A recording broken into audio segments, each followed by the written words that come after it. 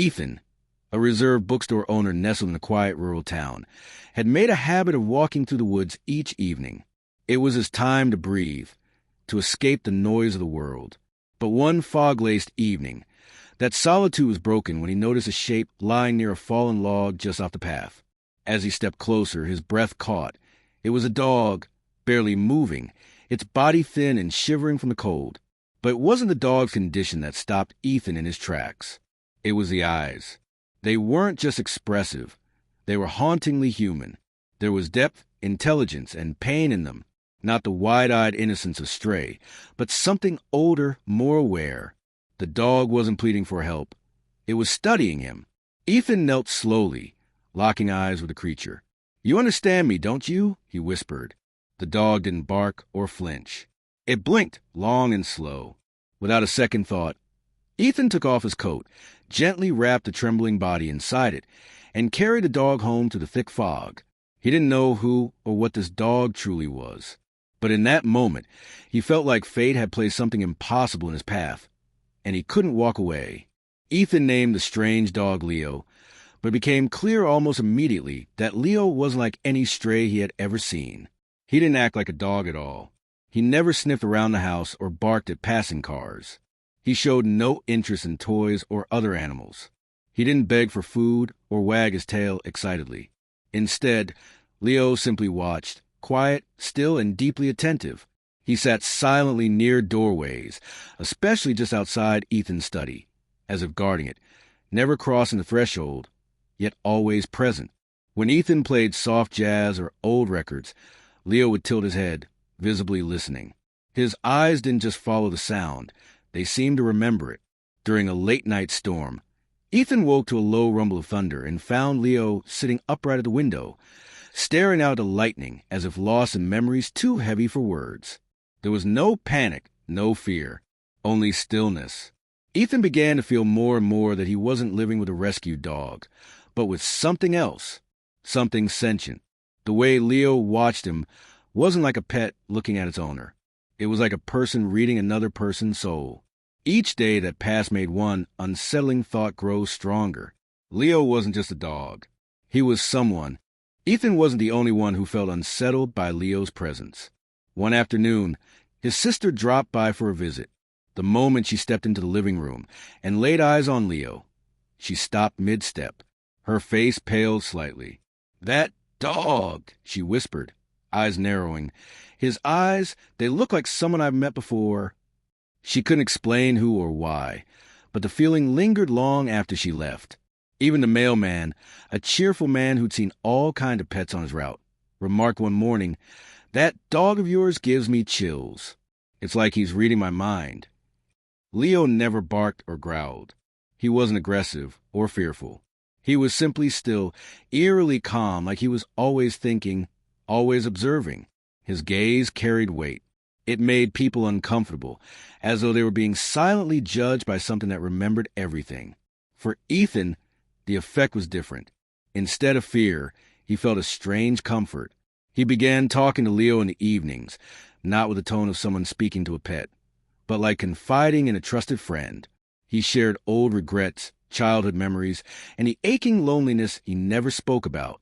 Leo never moved, never reacted, but he listened deeply in those silent exchanges. Ethan felt more heard than he had in years. Growing increasingly disturbed by Leo's strange behavior and the unsettling weight in his eyes, Ethan decided to take him to the local vet, Dr. Harlan, a calm, seasoned professional who had seen just about everything in his decades of practice. Leo, true to his odd nature, didn't resist the examination. He sat still on the table, never flinching, never needing to be restrained, almost as if he understood what was happening and wanted the vet to find something. When Dr. Harlan examined Leo's eyes with a small flashlight, he paused, his brow furrowed.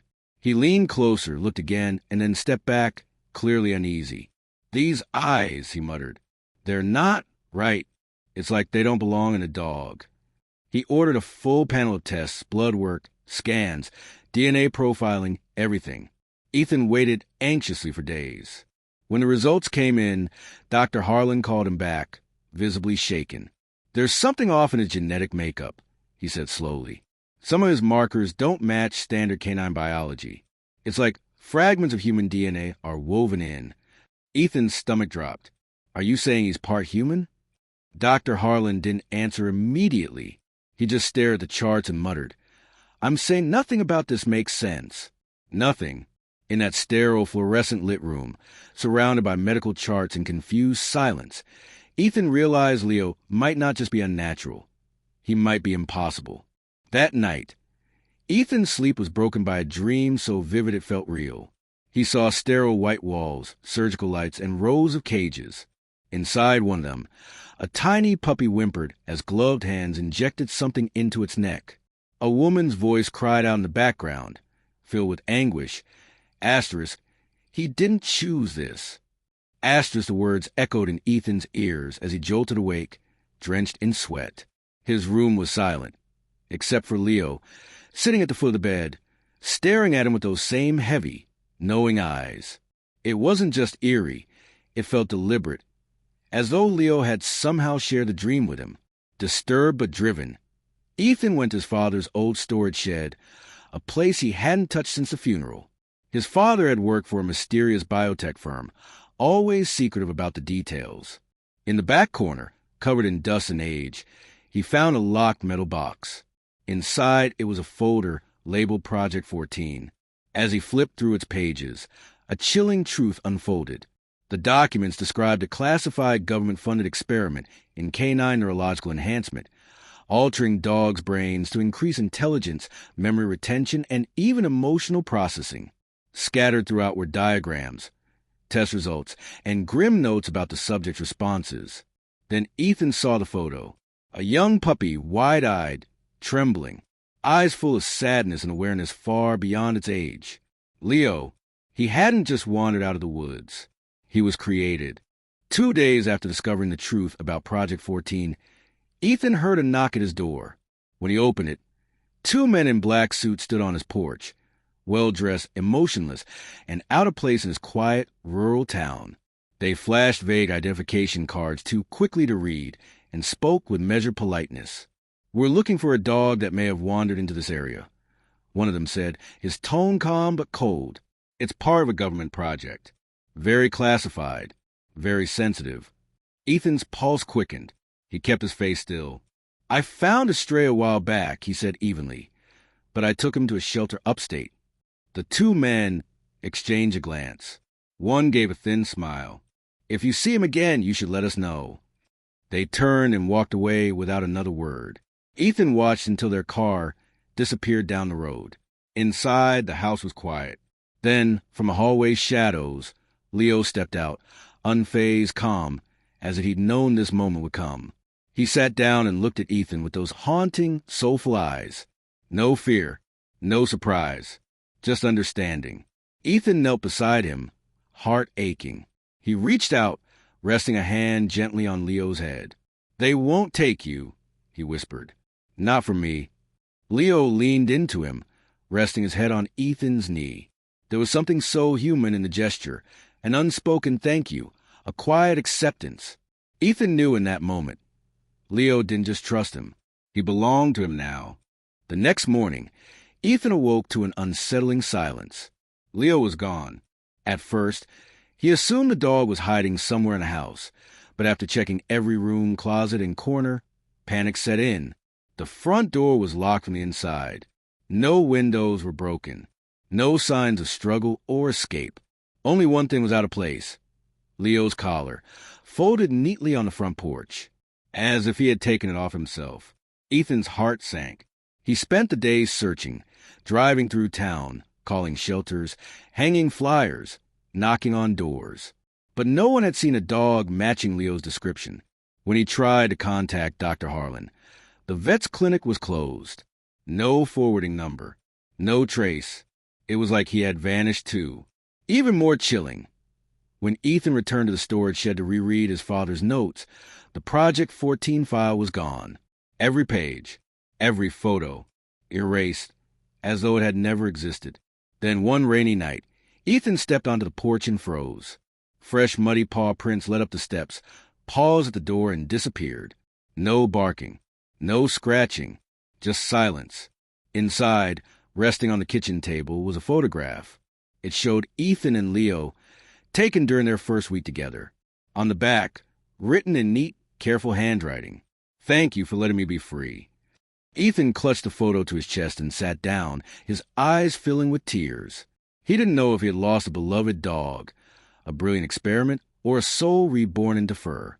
All he knew was Leo had been real, and he had chosen him. A year had passed since Leo vanished, but Ethan never truly stopped looking.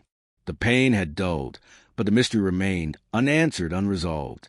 One crisp autumn morning, he visited a small rescue shelter on the outskirts of town, donating books for their fundraiser. He walked the rows of kennels absently, not expecting anything. But in the last corner, curled in a quiet cage, was a puppy, small, shivering, silent. Then their eyes met. Ethan froze. Those eyes, the same haunting gaze. Deep, intelligent, human. His breath caught in his chest. Time seemed to stop. He stepped closer, kneeling beside the kennel, unable to speak for a long moment. The puppy didn't bark or flinch. It simply stared, calm, steady, and somehow familiar. "Leo," Ethan whispered, his voice barely audible. The pup blinked. Once. Slowly. Deliberately. That was all the answer Ethan needed. He didn't care how. He didn't care why. He just knew. He reached out, his hand trembling slightly, and murmured, "You came back." No vet could explain it. No scientist could prove it. But Ethan understood now. Some connections go beyond logic, beyond science. Whatever Leo was, a soul displaced, a forgotten experiment, or something neither human nor canine, he had returned. And some mysteries, Ethan finally realized, aren't meant to be solved. They're meant to be loved.